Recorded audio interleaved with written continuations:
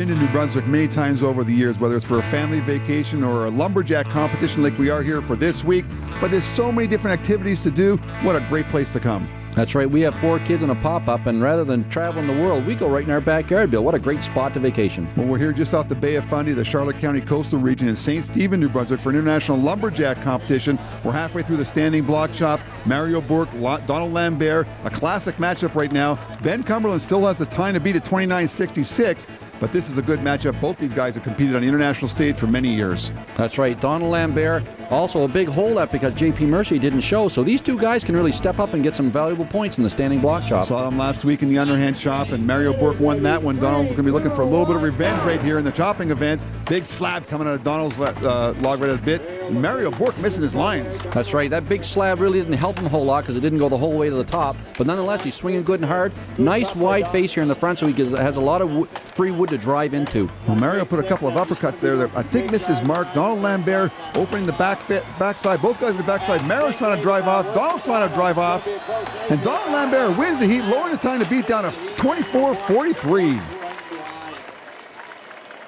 Now, I think somewhere in that chop you said, I've got a good block here, and I was going to drive fairly early in the backside there. You felt it breaking, and you went for just drivers, 3-4 drivers in a row. It depends on what. Sometimes the fiber hold more than expected, and that was basically the case. And also I didn't really precisely align my my shot. So. Well, Donald does a great time at 24.43, lowering the time to beat. Up next, we got Paul Woodland taking on Louis Bourque in the standing block chop. Chopping through 11 inches of aspen here.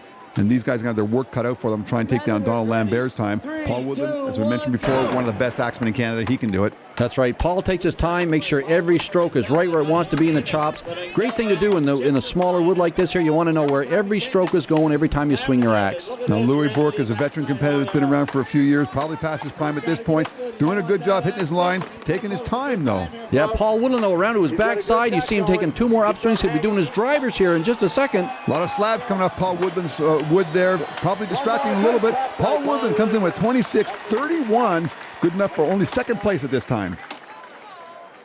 I counted 9 hits in the front there. Ideally, you probably would have liked to have done 8, but you went after it pretty good when you had a pretty good block there, right? Yeah, it was just all aggression, that chop. It's a good piece of wood. But you had some hangers in the back there. It wasn't chipping out quite. I think right early on you had some pieces that wouldn't move. Yeah, that's because I was missing where I wanted to hit. It just, went a little bit crazy.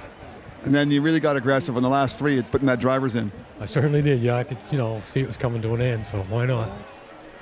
Yeah, that bothers you when you don't hang your axe out far enough. Those chips won't fall out. And they hang and they distract you, and certainly that was a frustration for Paul Woodland. 26.31 is his time, and Donald Lambert still has the time to be at 24.43, heading to our last heat. Got Conrad taking on Marcel Dupuis. Big, strong men. Both these guys have the potential to win this event, but it all comes down to how they make out on their front side and their back side. Well, Marcel, we don't see too much. Again, another guy, the young guy that can be a lot better with a lot more training and practice. That's right. And you see him really concentrating on every stroke. He's putting as much power as he can into them, hitting his lines actually quite well, but his block seems pretty firm. Yeah, he's ready to break things off. Moyle Conrad right with him. Both guys are stroke for stroke.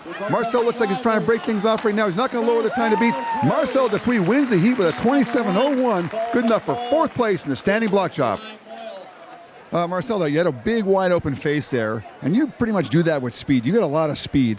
Well, yeah, that's the name of the game. If you can have accuracy, speed, and power, that's the tricks of the trade. So my accuracy is not 100%, so I'm trying to gain it with some speed and maybe some power. So we'll see how it goes. Now, you cracked your handle. That's going to take some of the power away. Oh, for sure, yeah. As you see what happened, I did a far hit before I had my front cleaned up, and my handle would have hit. So it's the name of the game. So Marcel Dupuis' strength and power puts him into 4th place, 27.01 seconds. And in 1st place, Donald Lambert with a time of 24.43 seconds.